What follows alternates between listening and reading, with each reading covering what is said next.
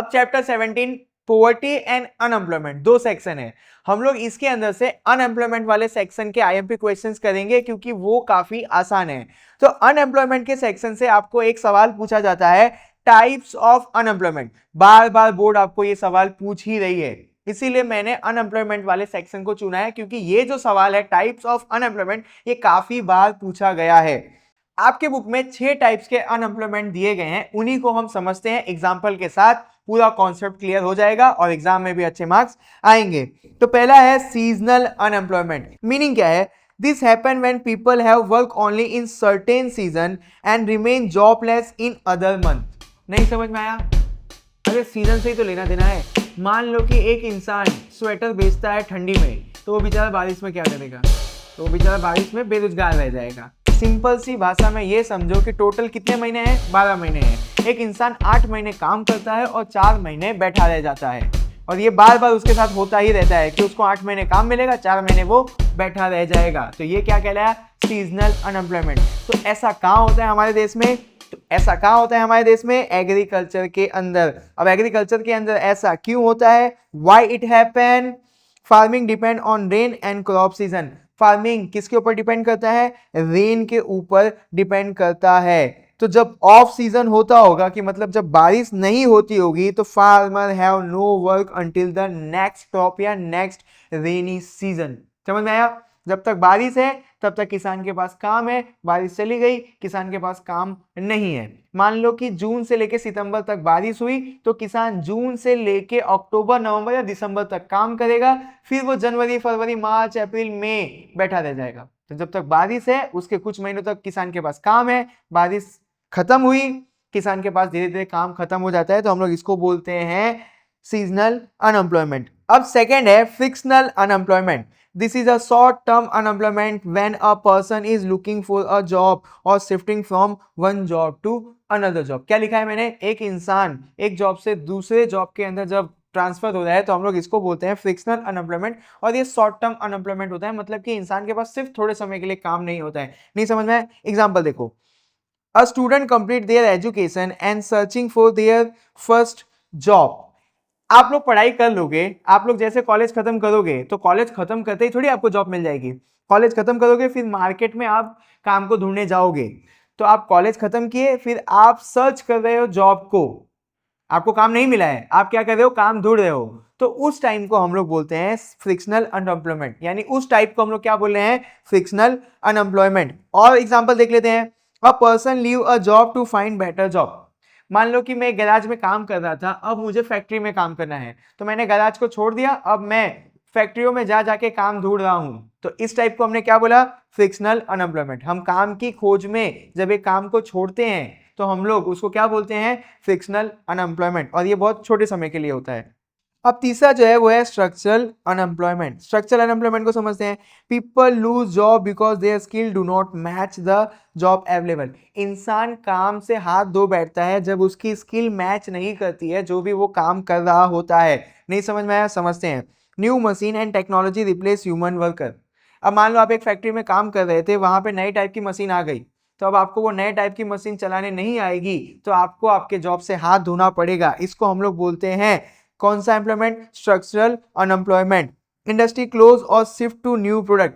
एक फैक्ट्री बंद हो गई और वो फैक्ट्री अब दूसरे तरीके का प्रोडक्ट बना रही है। मान लो कि एक फैक्ट्री बनाती थी छोटा वाला फोन, यानी नोकिया वाला फोन, अब वो फैक्ट्री बंद हो गई। क्यों? क्योंकि अब कोई भी वो कीपैड वाला फोन नहीं लेगा, अब हम लोग कैसा फोन लेंगे? ये टच स्क्रीन वाला।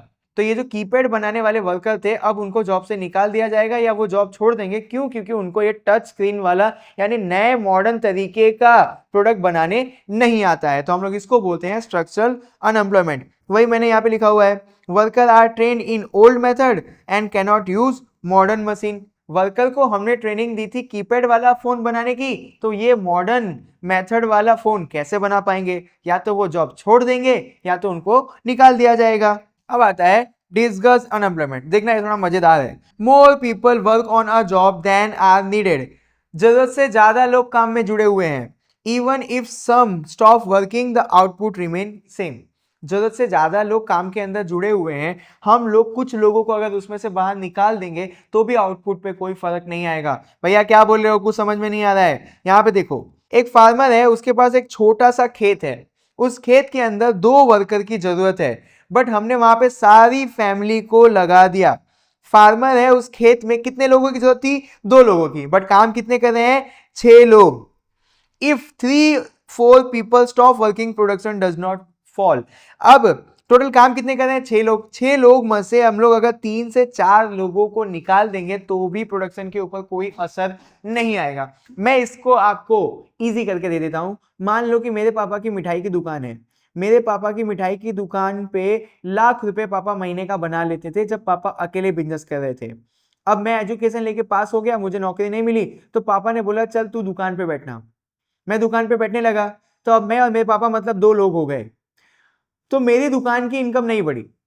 जब पापा थे दुकान के ऊपर तो भी 1 लाख रुपए कमाते थे, मैं पापा दोनों दुकान को चला रहे हैं तो भी 1 लाख रुपए ही बन रहा है। अगर मैं वहां से चला जाऊं, मैं अगर दुकान को छोड़ दूं तो भी उस 1 लाख रुपए पे कोई फर्क नहीं आएगा। तो मैं क्या था? एक्स्ट्रा था।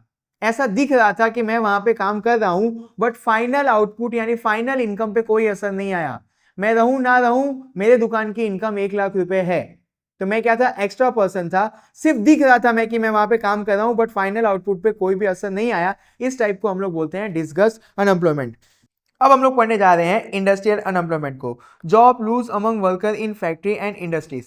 जो भी फैक्ट्री और इंडस्ट्री के अंदर वर्कर काम कर रहे थे उनकी जॉब छीन ली गई या छूट गई या उन्होंने छोड़ दी, तो हम लोग इसको बोलते हैं इंडस्ट्रियल अनएम्प्लॉयमेंट। अब ये होता क्यों है? Low demand for goods, cheap import from other country, factories close due to loss. अब देखो मैं आपको पहला वाला समझाता हूं, लो डिमांड फॉर पीपल। इसको हम लोग बहुत ध्यान से समझते हैं कि मान लो कि आपके एरिया में एक चाय की टपरी थी। अब उस चाय की टपरी के सामने एक अच्छा खासा चाय वाला आ गया, जिसके पास फ्रेंचाइजी है, उसने अपना बोर्ड लगाया, उसने आपको बैठने का एरिया दिया। अब आप ये चाय की टपरी छोड़ के ये जो नया वाला मॉडर्न तरीके से चाय बेच रहा है इसके पास चले गए। आप लोग जाते हो ना, आजकल गुजरात के अंदर खेटलापा है या चाय सुट्टा बार है, उसमें जाते हो ना, तो चाय के टपरी वाले अंकल के चाय की डिमांड खत्म हो गई। पहले यहाँ पे दिन में 100 लोग आते थे, अब यहाँ पे दिन में 20-30 लोग आते हैं। क्यों? क्योंकि अंकल के चाय की डिमांड खत्म हो गई। तो क्या अंकल अपने वर्कर को निकाल देंगे? वो चाय की टपरी वाले अंकल अपने वर्कर को निकाल देंगे? हाँ, निकाल देंगे। क्यों? क्योंकि उनके चाय की डिमांड, उनके प्रोडक्ट की डिमांड नहीं है, तो वो इतना कमा ही नहीं पाते कि अपने आदमियों को सैलरी दे पाए। तो लो डिमांड की वजह से फैक्ट्री बंद हो जाती है। जैसे आप लोग पहले कीपैड फोन खरीदते थे, अब हम लोग क्या खरीदते हैं? स्मार्टफोन खरीदते हैं। तो कीपैड फोन वाली फैक्ट्री बंद हो गई होगी, तो वहां के वर्कर को निकाल दिया गया होगा। क्यों निकाल दिया?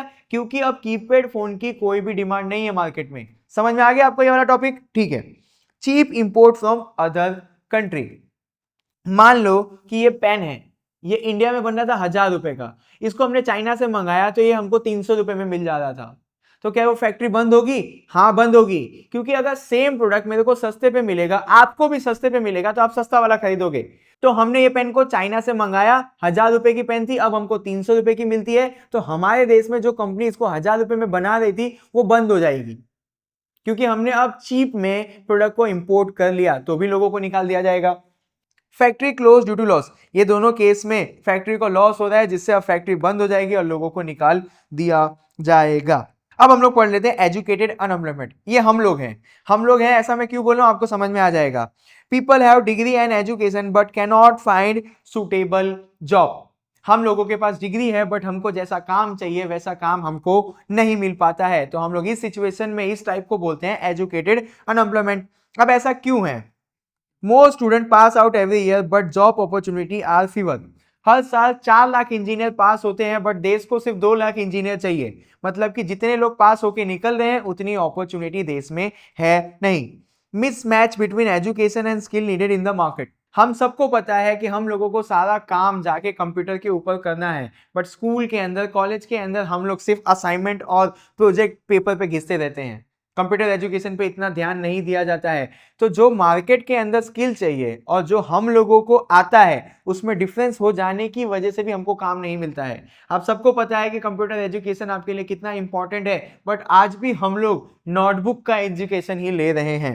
Focus on theory education instead of practical education. हम लोग रट्टाफिकेशन पे जो भी बुक में लिखा है नो करके याद कर लेते हैं, प्रैक्टिकल नॉलेज हम लोगों के पास है नहीं, जिसकी वजह से हम लोगों को काम नहीं मिल पाता है। यहाँ पे मैंने आपको ये टॉपिक भी समझा दिया है, कुछ भी हार्ड लगे नीचे कमेंट करना, भैया आपके लिए इजी कॉन्सेप्ट लेकर आ जाएंगे।